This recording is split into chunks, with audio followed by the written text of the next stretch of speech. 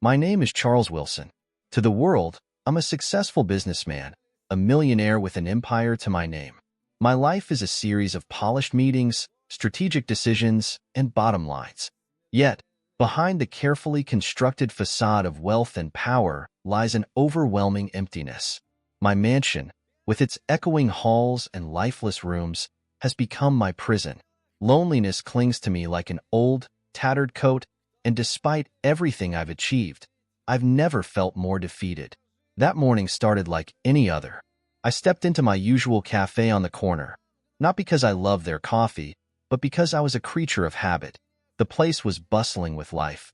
Clinking mugs, bursts of laughter, and the murmur of small talk that drowned out the city noise. I took my usual seat by the window, gazing blankly outside while waiting for my coffee. Then the door opened, and the hum of conversation faded. An old man entered. He was frail and bent with age, like the wind might knock him over if it tried hard enough. His coat was threadbare, hanging off his bony shoulders, and his shoes, if you could call them that, were barely holding together. He moved slowly, cautiously, as if each step might betray him. Yet, it wasn't his appearance that struck me. It was his eyes, dull, tired, yet somehow carrying the weight of a story. The man shuffled to the counter. His hands trembled as he placed a few worn coins on the surface. "Please, the cheapest sandwich," he said in a voice so soft it was barely audible. Marcella, the cafe owner, stared at him with a look of undisguised disdain. Marcella was a sharp-tongued woman in her 40s who ruled her cafe with an iron fist. Her stained apron was a testament to her work, but her cold glare was far more noticeable. "This isn't a shelter, old man," she spat, crossing her arms. "If you don't have enough money, don't waste my time." The cafe, which moments before had been alive with sound, fell into an uneasy silence. People turned away, some snickering under their breath, others pretending not to notice. The old man's hands shook harder as he clutched his coins, trying to gather the courage to speak. "Please, I'm hungry," he whispered. Marcella scoffed. "I already said no. Now leave."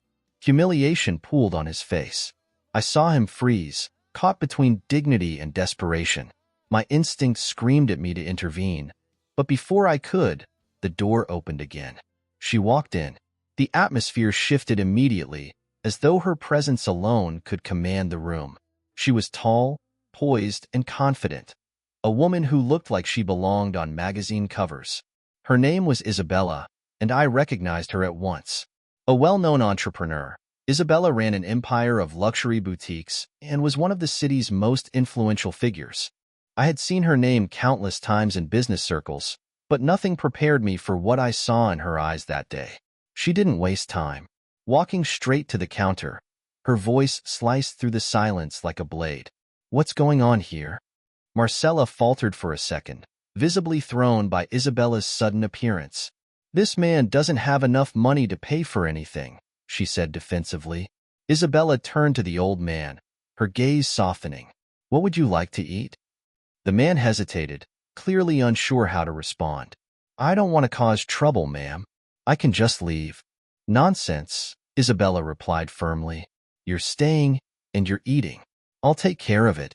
Marcella opened her mouth to argue, but one sharp look from Isabella silenced her. "Prepare a sandwich and coffee for him," Isabella ordered. "I'll pay for it." The tension in the cafe was palpable. Customers who had been content to watch the man's humiliation now stared at their tables or out the window, embarrassed. Marcella muttered something under her breath, but reluctantly did as she was told. Isabella leaned closer to the man and offered him a reassuring smile. "Sit down, sir. You'll have your lunch soon." The man's eyes filled with tears, and he whispered, "Thank you. I don't know how to thank you." "There's no need," Isabella said softly. "Just enjoy your meal." I thought that was the end of it, a good deed, a simple act of kindness. But then Isabella's gaze drifted to the man's wrist, and her expression froze. "Your watch," she whispered, as though the words had escaped her without permission. The old man looked down, confused, before glancing back at her. "This? It's an old gift from my son." Something in Isabella's face changed. She paled. her eyes wide with shock. "Your son," she managed to say, her voice barely above a whisper. "What was his name?" The man's lips trembled as he answered. "Emmanuel. His name was Emmanuel." At that moment, Isabella's hand flew to her mouth, as though trying to stifle a sob. Her eyes filled with tears, and she looked at the man as if she were seeing a ghost. I didn't understand it then. I only knew one thing. The world around me had shifted. Something extraordinary had happened. Something that tied this elegant woman to the frail man in a way none of us could comprehend. And for the first time in years, I felt the heavy chains of my own emptiness stir, as if they, too, might one day break. The moment Emmanuel's name escaped the old man's lips, the café seemed to hold its breath. Isabella stood frozen, her eyes locked on the watch like it was a relic from another life.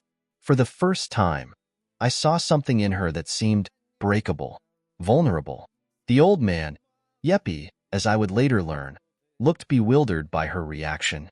His thin, trembling fingers instinctively covered the watch on his wrist, as though he needed to protect it. What did you say?" Isabella finally spoke, her voice low and unsteady. "I said his name was Emmanuel," Yeppy repeated, his tone gentle and unsure. "My son.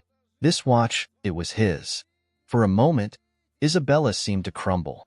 She turned her face away, inhaling sharply, as though trying to pull herself back together. I couldn't tear my eyes from her. Here was this powerful, seemingly untouchable woman unraveling before me, and over an old man's watch. She turned back to Yeppy, tears shimmering in her eyes. "How did you get this watch?" Yeppy flinched at the intensity in her tone. "It was a gift," he said softly. "My son. He gave it to me before he—" Yeppy's voice faltered, and the silence that followed said more than words ever could. Isabella swallowed hard, her eyes searching Yeppy's face. "Emmanuel," she whispered again, like the name alone hurt to speak. "He was your son?" Yeppy nodded slowly, his gaze now filled with something between confusion and sorrow. "You knew him?" Isabella blinked back the tears threatening to spill. Her voice broke when she spoke next. "I loved him." The words hung in the air like smoke. The café, which had been so noisy before, now felt suffocatingly silent. Every set of eyes darted between Isabella and Yeppy, the pieces of a mystery unfolding before us all. Yeppy's mouth opened slightly, but no sound came. Slowly, he sank into the nearest chair, as though the weight of the moment was too much for his frail body to bear. His hands trembled against the table, and his gaze drifted into the distance, to somewhere far beyond the confines of the café. "You loved him," he whispered at last, as though testing the words. "You knew my Emmanuel?" Isabella sat across from him without asking, lowering herself carefully, as though the act itself might break her. "I did," she said softly. "Years ago." She turned the watch over in her hands, her fingertips tracing the engraved letters. "I gave him this watch." Yeppy's eyes widened, and his voice cracked. "You gave it to him?" "He never told me." "He wouldn't have," Isabella replied, a sad smile tugging at her lips. "Emmanuel was private about the things he held most dear. He told me this watch reminded him of time, how precious it was. He used to say we should never waste a moment." A quiet sob escaped Yeppy's lips, and he quickly wiped at his eyes with the back of his hand. The man who had been mocked and humiliated minutes earlier now sat as a father reliving the memories of his son. It was a fragile, heartbreaking sight, and I felt a sudden tightness in my chest I couldn't explain. "After Emmanuel died," Yeppy's voice trailed off, and for a moment, I feared he wouldn't continue. But then he cleared his throat and pressed on. "After he died, this watch was the only thing I had left of him. My wife, Victoria, and I, we fell apart. She blamed herself. She blamed me. And eventually, she blamed the world. We lost everything, not just our son, but our lives, our home, our future." Isabella's expression softened, and her tears finally spilled, tracing silent paths down her cheeks. "He never stopped loving you, Yeppy," she said gently. "He spoke about you often, about how much he wanted to make you proud." Yeppy looked up, his gaze meeting hers. "You knew him better than I ever did." The pain in his voice was unbearable, and I felt myself leaning forward, as though I could somehow stop it. But I couldn't. This wasn't my story. I was just a bystander. Isabella took a deep breath, steadying herself. Yeppy, where is Victoria now? Yeppy hesitated, his gaze dropping to the table. She's waiting for me, in the square across the street. That's where we sleep. She's even weaker than I am these days. Isabella nodded, determination lighting up her face. Then I want to see her. Yeppy's eyes shot up, startled. Why? Because it's time, Isabella said softly. It's time for the truth. For healing. Yeppy stared at her, his thin shoulders rising and falling with the weight of what she was saying. Finally, he gave a small, almost imperceptible nod. And as they stood to leave, I found myself rising too. I don't know what possessed me to follow them, but I couldn't help it. For the first time in years, I felt something shift inside me. It wasn't just the mystery of their connection or the ghost of Emmanuel. It was something about the woman herself.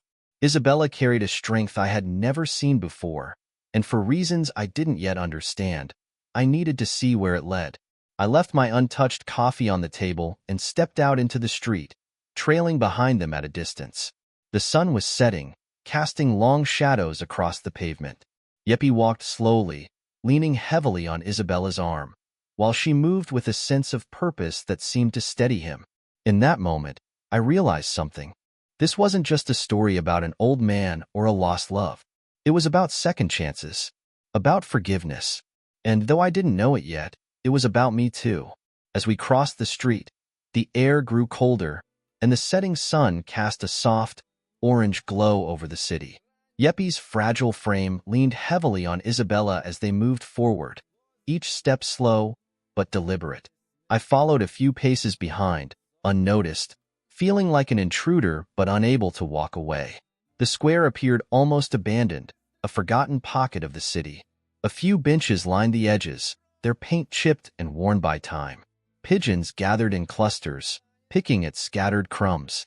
Under the shade of a large, skeletal tree sat a figure, motionless and hunched. "Victoria," Yeppy whispered, his voice catching. The woman looked up slowly. Her face was gaunt and hollow, her eyes shadowed by years of pain and deprivation. It took a moment for her to recognize him, then another to notice the stranger supporting him. Her lips tightened into a thin line as her gaze landed on Isabella. "Who is this?" Victoria's voice, though weak, still carried an edge of suspicion. Yeppy hesitated, glancing nervously at Isabella, but she stepped forward with quiet confidence. "My name is Isabella," she said softly. "I knew your son, Emmanuel." At the mention of his name, Victoria flinched as though she had been struck. Her frail hands clutched the worn coat, wrapped tightly around her shoulders, her knuckles white against the fabric. "What did you say?" she rasped, narrowing her eyes. "I knew him," Isabella repeated, her voice steady but gentle. "I loved him." Victoria's expression hardened instantly, her hollow cheeks flushing with anger. "You," she spat, her voice trembling. "You're the reason I lost my son. You're the reason everything fell apart." Isabella didn't flinch. I watched as she held Victoria's gaze, her own eyes brimming with understanding.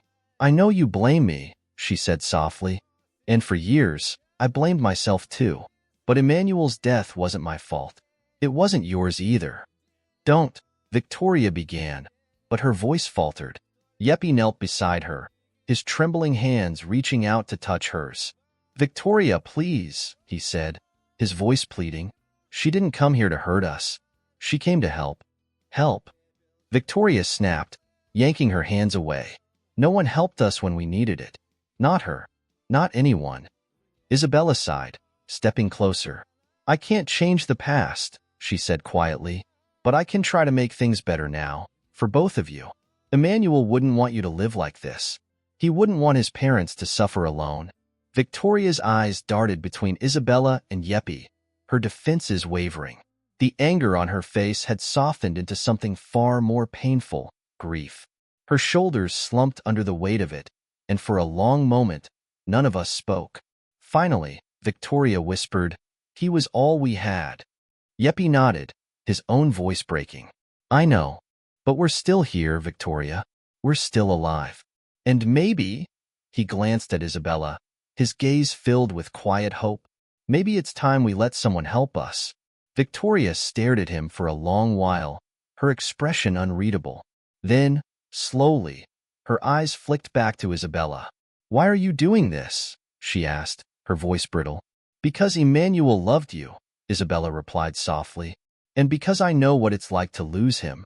Victoria said nothing, but I saw her fingers relax against the fabric of her coat.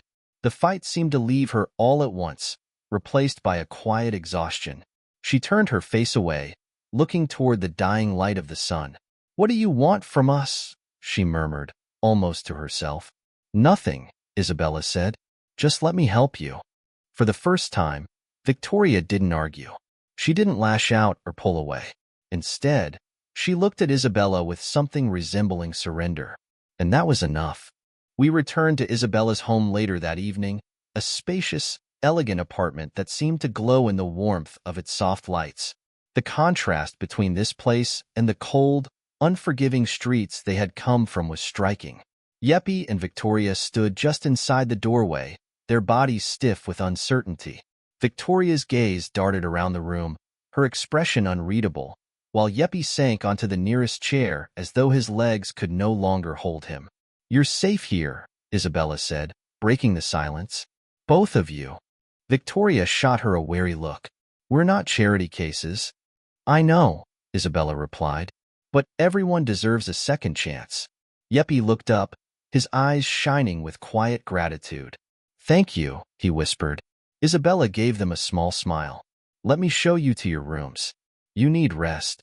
As she led them down the hallway, I lingered near the doorway, unsure of my place in all this. I had no reason to follow them, no real connection to their story, and yet, I couldn't leave. Something about the way Isabella carried herself, the way she moved through the world with quiet determination, kept me rooted in place. When she returned a few minutes later, her expression weary but calm, I finally spoke. Why are you doing this? I asked, echoing Victoria's earlier question. Isabella paused, looking at me with those piercing eyes. For a moment, I thought she might brush me off, but instead, she sighed and sank onto the sofa across from me. Because I owe it to him, she said softly. To Emmanuel. He was the kindest man I ever knew, and he deserved more than what life gave him. Helping his parents, it's the least I can do. There was a sadness in her voice that I couldn't ignore, a grief so deep it seemed to echo in her very soul. I wanted to ask more, to understand the full story, but something told me she wasn't ready to share it. Instead, I nodded. You're a good person, Isabella. She smiled faintly, though it didn't quite reach her eyes. I don't know about that, she murmured. I'm just trying to do what's right. And as I sat there, watching her stare into the distance, I realized something. This wasn't just about Emmanuel. It wasn't even just about Yeppy and Victoria. It was about Isabella too. She wasn't just helping them heal. She was trying to heal herself. The days that followed were quiet but transformative. Isabella's home became a sanctuary for Yeppy and Victoria, a stark contrast to the streets they had endured for so long. Each corner of her house radiated warmth and care, and though they moved cautiously within it, a sense of safety began to take root. Yeppy adapted more quickly, his frail body seeming to regain some vitality with each passing day. He spent mornings in the sunlit balcony, sipping tea that Isabella prepared, his shoulders no longer hunched with the burden of shame. Victoria, however, remained withdrawn. She would sit by the large window in the living room, staring out at the bustling city below, as if searching for the life she had lost. One morning, Isabella found Victoria seated there, her hands folded tightly in her lap. Without a word, Isabella placed a steaming cup of coffee on the small table beside her and took the chair opposite. Victoria glanced at the cup but said nothing, her eyes flickering with an emotion Isabella couldn't yet name. You don't have to stay here if it feels uncomfortable, Isabella said gently, breaking the silence. But I hope you know you're welcome as long as you need. Victoria's lips pressed into a thin line. Why do you care? She asked, her voice sharp but not unkind. After everything, after what I said to you back in the square? Isabella sighed, leaning back in her chair. Because I know what loss feels like. I've carried it for years. And because Emmanuel loved you, both of you, this is what he would have wanted. Victoria's expression softened, but only slightly. She traced a finger along the edge of the coffee cup, her gaze distant. I wasn't a good mother to him, she admitted, her voice barely above a whisper. I wanted so much for him, but I think I pushed him too hard. I always thought I knew what was best, and in the end, I lost him because of it. Isabella leaned forward, her tone soft but firm. You didn't lose him because of anything you did, Victoria. Emmanuel loved you. He tried to make everyone happy, even when it cost him. His death wasn't your fault. Victoria's shoulders slumped, and a tear slid down her cheek. I've blamed you for so long, she said shakily. I thought if he hadn't met you, he would have stayed close to us. But I see now that wasn't fair. I just didn't know where else to put the pain. Isabella reached across the table, placing a hand over Victoria's. I understand, she said softly, and I forgive you. But more importantly, I think you need to forgive yourself. Victoria's eyes met hers, and for the first time, there was no anger, no resentment, just a raw, aching vulnerability. She nodded slowly, her fingers tightening around Isabella's hand. Thank you, she whispered. In the weeks that followed, a fragile bond began to form between Isabella, Jeppe, and Victoria. It wasn't easy. The wounds of the past were deep, and the scars would never fully fade. But there were moments, small, fleeting moments, that hinted at the possibility of healing. One such moment came when Isabella found Jeppe in the study, staring at a photo of Emmanuel that she had framed and placed on the bookshelf. He didn't hear her approach, his gaze fixed on the young man in the picture, his fingers trembling as they brushed the frame. He was so full of life, Jeppe said, his voice breaking. I look at this photo, and I still can't believe he's gone. Isabella sat beside him, her own heart aching at the sight of Emmanuel's smiling face. He's not really gone, she said quietly. Not as long as we carry him with us. Jeppe nodded, tears streaming down his face. He would have been a great man, you know. Better than me. Stronger. Kinder. He was all of those things, Isabella said, her voice filled with warmth. But he was that way because of you. You gave him those strengths, Jeppe. Jeppe's sobs deepened, and Isabella placed a comforting hand on his shoulder, letting him grieve the son he had lost. In that moment, it felt as though a piece of the heavy weight he carried had lifted, if only slightly. The transformation in Victoria was slower, but no less profound. One evening, as Isabella prepared dinner, she heard a soft melody drifting from the living room. She followed the sound to find Victoria sitting at the piano, her fingers gliding hesitantly over the keys.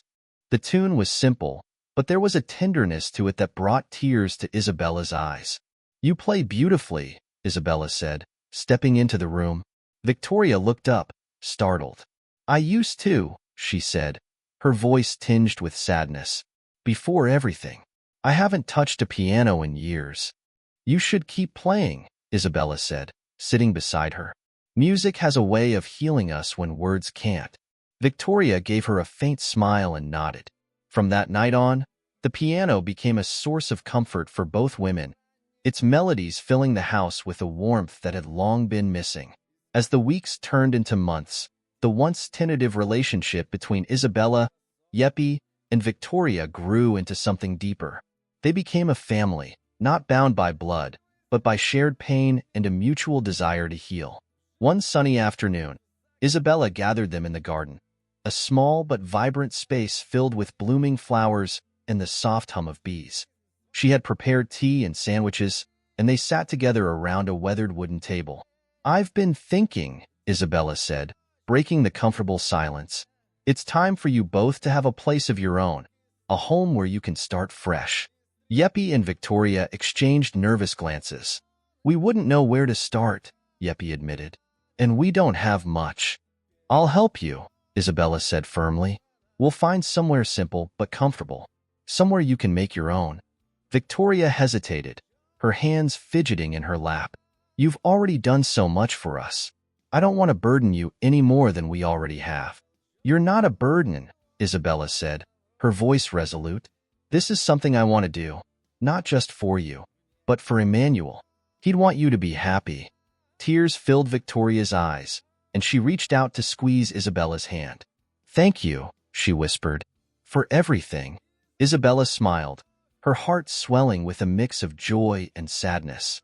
For the first time in years, she felt as though she was truly honoring Emmanuel's memory, not through grief, but through love. A few weeks passed, and the search for a new home for Yeppy and Victoria became a shared mission. Every morning, Isabella would gather listings, marking possibilities and planning visits. Yeppy, though initially hesitant, began to express quiet excitement, while Victoria remained guarded, her old fears lingering just beneath the surface. One morning, Isabella brought them to a quiet street lined with modest but well-kept homes. The property they were visiting had a small garden in front and a porch with a swing, its charm understated but inviting. As they approached, Yeppy stopped, his eyes softening. "This feels different," he murmured, his voice carrying a hint of hope. The interior was simple, a cozy living room, a modest kitchen, and 2 small bedrooms. But it radiated a warmth that none of them could ignore. Victoria ran her fingers over the edge of the fireplace, her expression unreadable. "What do you think?" Isabella asked gently. Victoria hesitated, her gaze sweeping the room before settling on Yeppy. "It feels like home," she admitted, her voice barely above a whisper. That evening, the 3 of them sat in Isabella's living room, sipping tea and reflecting on the day. Yeppy's voice broke the silence. "I think it's the right place," he said, his tone steady. "I haven't felt that way in years." Victoria nodded, though a flicker of doubt lingered in her eyes. "It's hard to imagine starting over," she confessed. "But I think we can try." Isabella smiled, her heart swelling with pride for them. "Then it's settled," she said. "I'll help you make it your own." For the first time in a long while, the atmosphere was light, filled with the possibility of new beginnings. The weight of the past hadn't disappeared, but it no longer felt insurmountable. Moving day arrived quickly. Isabella enlisted the help of a local moving company, ensuring that Yeppy and Victoria wouldn't have to lift a finger. As boxes were unpacked and furniture arranged, the small house began to transform into a home. Victoria took charge of the kitchen, carefully placing dishes in cabinets and arranging spices on the counter. Yeppy busied himself in the garden, clearing weeds and planting flowers Isabella had brought as a housewarming gift. By evening, the house had taken on a life of its own. The cozy living room glowed with the soft light of a lamp, and the scent of freshly brewed tea wafted from the kitchen. Isabella stood in the doorway, watching as Yeppy and Victoria settled into their new space. "You've done so much for us," Yeppy said, his voice thick with emotion. "I don't know how we'll ever repay you." "You already have," Isabella replied with a smile. "Seeing you here, rebuilding your lives, that's all I've ever wanted." Victoria approached, her eyes shimmering with unshed tears. "Thank you, Isabella," she said softly, "for giving us this chance." Isabella hugged them both, her heart full. This wasn't just a new chapter for Yeppy and Victoria. It was one for her as well. The following weeks were filled with small but significant moments. Isabella visited often, helping Victoria with recipes and bringing flowers for the garden. Yeppy, now visibly more energized, began to take daily walks in the nearby park, greeting neighbors with a warmth he hadn't felt in years. For the first time, they began to dream again. Victoria spoke of sewing curtains for the windows, and Yeppy talked about building a birdhouse for the garden. Their new life, once unimaginable, was now unfolding before them, one small step at a time. One crisp morning, as Isabella sipped coffee in her kitchen, she received a call from Yeppy. His voice, though calm, carried a tinge of excitement. "Isabella, you must come over." "We have a visitor," he said. Curious, Isabella agreed and arrived at their home an hour later. As she walked up the garden path, she noticed Yeppy and Victoria sitting on the porch, their faces alight with warmth. Beside them sat a tall, well-dressed young man. "Isabella," Yeppy called out, standing to greet her. "This is our grandson, Luca." Isabella froze for a moment, her gaze shifting to the young man. His dark eyes and confident smile reminded her of Emmanuel, and her heart skipped a beat. Lucas stood and extended his hand. "It's a pleasure to meet you, Ms. Isabella," he said politely. "I've heard so much about you." "Luca, it's wonderful to meet you," Isabella replied, shaking his hand. "Your grandparents have told me a lot about you." Lucas smiled, glancing at Yeppy and Victoria. "I only recently learned where they were. It's been difficult to stay in touch, but I'm here now." Isabella sensed the unspoken weight behind his words, but chose not to press. Instead, they all sat together on the porch, the sun warming their faces as they talked. Over the next hour, Luca shared stories of his life, his studies, his work, and his longing to reconnect with his grandparents. Yeppy and Victoria listened intently, their expressions a mix of pride and regret for the years lost. "I want to help you," Luca said earnestly. "You've done so much for me growing up, and now it's my turn." Yeppy reached for his grandson's hand, his voice trembling with emotion. "Having you here is more than enough. We don't need anything else." But Isabella, watching the exchange, saw an opportunity. "Luca, your grandparents are starting fresh," she said gently. "If you're serious about helping, perhaps you could be a part of this new chapter." Luca nodded, his gaze steady. "I'd like that." The weeks that followed were transformative. Luca visited often, helping Yeppy in the garden and driving Victoria to town for errands. His presence brought a newfound energy to their lives, and Isabella felt a deep sense of fulfillment watching their bond grow. One Sunday, Isabella invited them all to her home for dinner. As they sat around the table, laughter and conversation filled the air. Esteban, Isabella's son, joined them, and the two young men quickly formed a camaraderie. "This feels like family," Yeppy said suddenly, his voice thick with emotion. "For the first time in years, I feel whole." Victoria reached for his hand, nodding in agreement. "It's more than I ever hoped for." Isabella smiled, her heart swelling with gratitude. "This is what Emmanuel would have wanted," she said softly, "for all of us to find peace and happiness together." As the evening wore on, Isabella watched her guests with a quiet sense of pride. The journey had been long and filled with pain, but they had all come out stronger. They weren't just rebuilding their lives, they were building something new, something beautiful. That night, as Isabella stood on her porch watching the stars, she felt a deep sense of contentment. The past would always be a part of them, but it no longer defined them. Together, they had created a family, a patchwork of love, forgiveness, and hope. And in that, Isabella knew Emmanuel's legacy would live on.